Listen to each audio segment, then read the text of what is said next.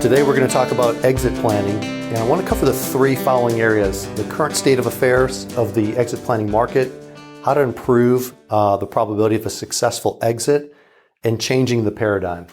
So let's start with the current state of affairs. Only 2 out of 10 businesses that will list for sale actually sell. So 80% will not sell. Family businesses that are planning internal successions unfortunately don't fare much better. So only 30% transition successfully to the second generation, 12% to the third, and 3% to the fourth generation and beyond. And also a statistic that PricewaterhouseCoopers came out with identified that 75% of business owners that sold said they profoundly regret their decision within 12 months of the sale. So with those concerning statistics, it begs the question, as a business owner, what can you do to defy those odds? How do you positively change the outcome so that you become part of the 25% who find fulfillment post-business sale? So let's talk about a few ways to do that. So how do we increase the probability of a successful exit? And the first thing I want to start with is really just understanding the difference between attractiveness and readiness. So attractiveness is really viewed from a buyer's perspective. That's outside the company looking in. And as a buyer, a lot of times the attractiveness is based on financial metrics or key performance indicators that revolve around the balance sheet or the income statement. And so while that's very common, that is very different than actually being ready. Ready is really the seller's perspective. So you as the business owner inside the company looking out. And there are ways to improve your business readiness for an exit. Just to name a few of them, being familiar with your exit options. So are you considering an internal sale to key management, employees, or an external sale, possibly to a third buyer, a strategic buyer, a private equity firm? And just understanding the pros and cons with those different methods. Having a formal transition plan and team in place is important. Again, the more intentional that you can be about your exit planning success, the better off that you'll be.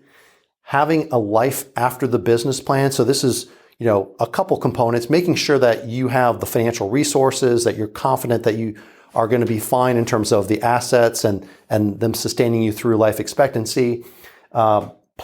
Having a plan in place to cover events such as premature death, disability, or just even a forced exit. So again, one of the biggest ways that you can improve the value of your company is protecting it by looking at some of these risk management areas.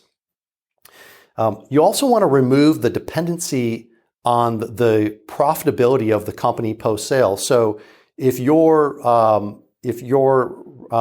note, let's say if you're owner financing a portion of that sale and it's dependent on the revenue from the company, you want to make sure that you have either a successful team in place, there's some sort of transition plan there that you have confidence in that revenue will be there, or again, just removing that dependency altogether.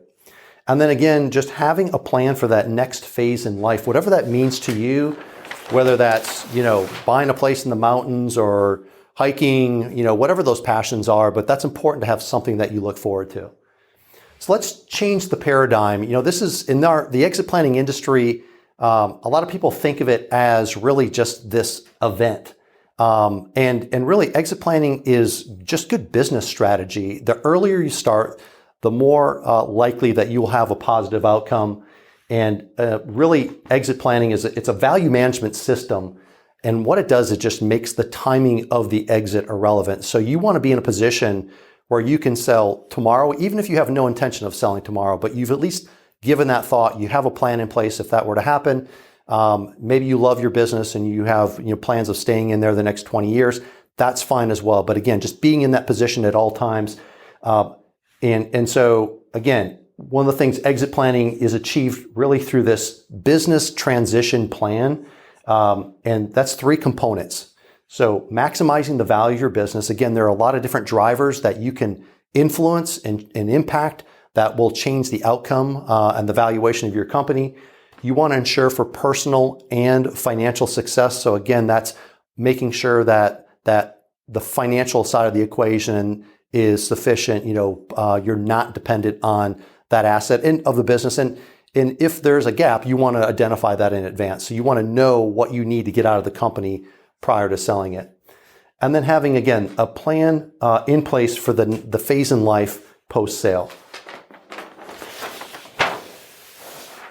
So to summarize, exit planning is not an event. It's a process. It's not something you want to just think about 2 or 3 years before your planned retirement date. Again, this is something that if you're like most business owners, you put a lot of time, effort, and it's really been your life for a long time. And so there are things that you can do to positively impact the value of your company. And again, that's point number 2. You can have a positive impact, but it's going to take some work. It's going to take planning on your part. It's going to really involve some effort. But again, you'll get a lot more out of that in the terms of the valuation in the future if you put in the time on the front end. And the last piece is that exit planning is really a team sport. There are multiple professionals with different disciplines, from legal to tax and accounting, financial advisory, business consulting, M&A advisors. And so you really need a coordinated team, right? You want to hire somebody, you want to hire a competent team of professionals that are all speaking the same language. And so you can look for somebody like a certified exit planning advisor that has that advanced certification or that background and experience and has a framework that it can help lead and coordinate with other professionals. And as always, this video is really for educational purposes only.